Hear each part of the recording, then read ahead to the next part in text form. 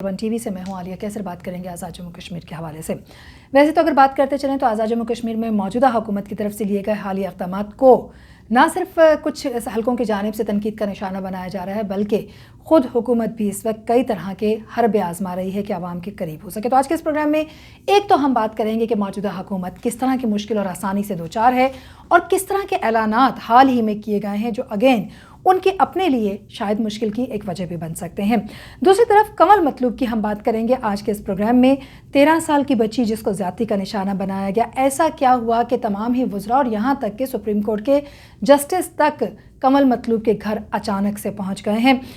इस इंसिडेंट के बाद किस तरीके का रद्द-ए-अमल लोगों का रहा और कैसे वज़ीर-ए-आज़म सरदार अब्दुल कयूम खान नियाज़ी और फिर बैरिस्टर सुल्तान महमूद को बाकायदा तौर पर आज़ाद कश्मीर में बेटियों की इज़्ज़त महफूज रखने के हवाले से क्या इक़दाम करने पड़े, उन पर थोड़ी सी हम बात करेंगे। और बड़ा अहम ऐलान उनकी जानिब से किया गया, उसको भी आज के इस प्रोग्राम का हिस्सा बनाएंगे।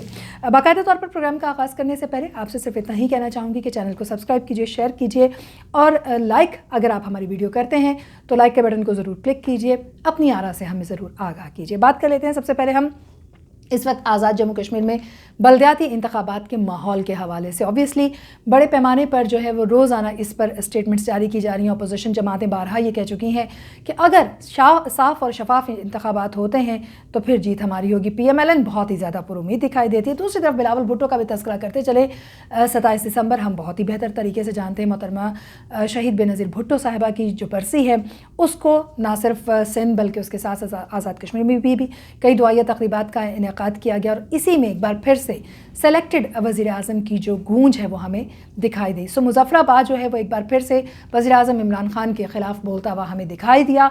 और फिर उधर से दूसरी जानिब अगर ये हम बात करते चलें कि जो बिलावल भुट्टो है उसने बहुत सी चीज़ों के ऊपर से पर्दा भी उन्होंने उठाने की कोशिश की। उन्होंने कहा कि कठपुतली वज़ीर-ए-आज़म और फिर उनसे जुड़े हुए जो लोग हैं, जो उनकी हुकूमत है आज़ाद कश्मीर में, उनके जाने का वक्त हुआ चाहता है क्योंकि वो आवाम के मफादात का तहफ़्फ़ुज़ नहीं कर सके। दूसरी जानिब बात कर लेते हैं आवाम के तहफ़्फ़ुज़ात के हवाले से। जैसे अगर हम बैरिस्टर सुल्तान महमूद की बात करें तो उन्होंने बड़ी वाज़ेह अंदाज़ में कहा है कि जी जो कंट्रोल लाइन है उसके हवाले से भी अगर हम बात करते चलें तो वहाँ पर तिब्बी सहूलियात की फराहमी के लिए एम्बुलेंसेस जदीद आलात के साथ जो है वो हैंड ओवर की जा रही हैं। इसी तरीके से मीरपुर में यूनिवर्सिटी का क़याम अमल में लाया गया है। मेडिकल यूनिवर्सिटी कायम करने के हवाले से जो है वो ऐलान किया गया और फिर ये कहा गया कि वहाँ जो हॉस्पिटल हैं उनको जदीद तरीन बनाया जाएगा, क्योंकि हम सभी जानते हैं कि आज़ाद कश्मीर से एक बड़ी तादाद है जो कि इस्लामाबाद और जो मुख्तलिफ इस्लामाबाद के गिरदनवा के जो हॉस्पिटल हैं उनका रुख करते हैं, पाकिस्तान भर के जो मुख्तलिफ हॉस्पिटल हैं उनका रुख करते हैं बीमारियों के इलाज के लिए। तो उस तरफ जो है वो इस वक्त हुकूमत तवज्जो दे रही है। कई लोगों का मानना ये है कि जैसा आग लगने पर कुआं खोदा जाता है उस तरह के इक़दाम हैं हुकूमत इस वक्त करी, क्योंकि बलदियाती इंतखाबात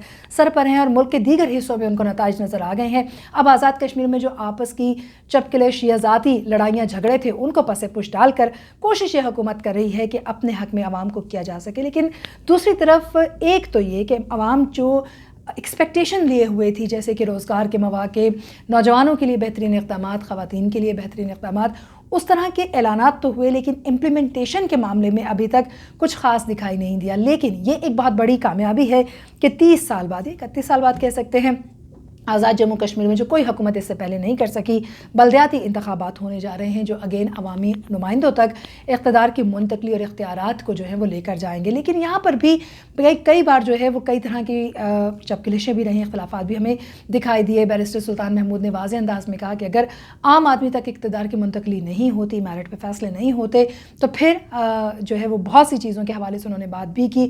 दूसरी तरफ सरदार अब्दुल कयूम नियाज़ी का भी मुसलसल ये कहना था कि आम बंदे को बाइख्तियार बनाने के हवाले से काविशें करेंगे, लेकिन किस हद तक ये दुरुस्त रहेगा ये कहना कुछ क़ब्ल अज़ वक्त है, क्योंकि इंतखाबात के बाद की ही सूरत हाल वाज़ेह होगी और इंतखाबात हो जाने की सूरत में ही पता चलेगा कि पाकिस्तान तहरीक इंसाफ के इक़दामात आज़ाद कश्मीर में और उनकी अपनी हुकूमत जो इस वक्त इक़दामात ले रही है उसको किस तरीके से देखा जाता है। बात कर लेते हैं आज़ाद जम्मू कश्मीर में आसिफ अली की वफ़ात के हवाले से, जो कि न सिर्फ साबिक मुशीर हुकूमत भी रहे बल्कि उसके साथ साथ पाकिस्तान तहरीक इंसाफ के सीनियर रहनुमा भी रहे। उनकी रहायशगाह पर सरदार तनवीर इलियास जो हैं वो गए, उन्होंने घर जाकर जो है वो ताज़ियत भी की और उनका कहना ये है कि एक बहुत बड़ा लीडर जिनकी सियासी क़यादत से आज जो है वो आज़ाद कश्मीर महरूम हुआ है, उनकी सियासी जो ख़िदमात हैं उनको हमेशा याद रखा जाएगा। और न सिर्फ उन्होंने ताज़ियत की बल्कि उसके साथ साथ उनकी جو فیملی ہے ان کو ہر طرح کی سپورٹ کا یقین بھی دلائے. اور یقیناً یہ ایک مشکل وقت ہوتا ہے اور ایک اچھی روایت بھی ہے. صرف ایسا ہی نہیں کہ اپنی جماعت سے تعلق رکھنے والے لوگ بلکہ دیگر سیاسی جماعتوں سے تعلق رکھنے والے لوگوں نے بھی آصف علی کے گھر وہ گئے اور ان کی تعزیت کی ہے ان کے انتقال پر. اب کچھ بات کر لیتے ہیں ہم یہاں کمل مطلوب کے حوالے سے. ایک ایسا انسیڈنٹ ہم نے آپ کو بتایا جس نے آزاد کشمیر کو ہلا کر رکھ دیا تھا. 13 سال کی بچی جس کا انتہائی بے رحمی کے ساتھ قتل کیا گیا, نعش ناقابل شناخت رہی, جنگل میں پھینک دی گئی, تلاش نہیں کیا جا سکا. بڑا واویلا اس انسیڈنٹ کے بعد مچا. اور اس وقت اگر ہم پاکستان کی بات کریں, اس پر بالکل الگ پروگرام ہم آپ تک لے کر آئیں گے, اس پر ایک ریسرچ جاری ہے کس طرح کے انسیڈنٹ اس وقت پورے پاکستان اور پھر آزاد کشمیر کے اندر بھی کتنے ریپ کیسز اور گینگ ریپ کیسز جو ہیں وہ رپورٹ ہو رہے ہیں اور اس کے اوپر حکومتیں کر کیا رہی ہیں. اس کے حوالے سے بہت جلد ایک پروگرام ہم آپ تک لے کریں گے. بڑے انکشافات ان کے اندر بھی ہیں, لیکن فی الحال بات کر لیتے ہیں کمل مطلوب کے حوالے سے, جسے کہا تو قوم کی بیٹی گیا لیکن اس کو انصاف ابھی تک نہیں مل سکا. اس کے باوجود بھی کہ یہ اس سال کا ایک ایسا واقعہ تھا جس نے آزاد کشمیر کو ہلا کر رکھ دیا. پورا آزاد کشمیر سراپا احتجاج رہا. وزیر اعظم عبدالقیوم نیازی اور بیرسٹر سلطان محمود کو اس بات کی دعوت دینی چاہیے کہ انہوں نے فوری طور پر اس انسیڈنٹ کے بعد نہ صرف پولیس کو متحرک ہونے کے لیے کہا بلکہ فوری طور پر جو ملزم ہے اس کو گرفتار بھی کیا گیا اور نعش کی برآمدگی بھی عمل میں لائی گئی. اور پھر اس کی ڈیٹیلز ہم نے لمحہ بلمحہ آپ کو بتائی تھی کہ کمل مطلوب کو کس طریقے سے برہمی کے ساتھ جو ہے وہ قتل کیا گیا, یہاں تک کہ ان کے ہاتھ میں وہ پیسے بھی موجود تھے جس کے لیے وہ گھر سے سودا لینے کے لیے نکلی تھی. اور 13 سال کی ایک بچی تھی جس نے صرف غلطی یہ کی کہ وہاں پر رہنے والے ایک شخص پر اعتبار کیا جو باہر کے کسی شہر سے وہاں مزدوری کرنے کے لیے گیا تھا.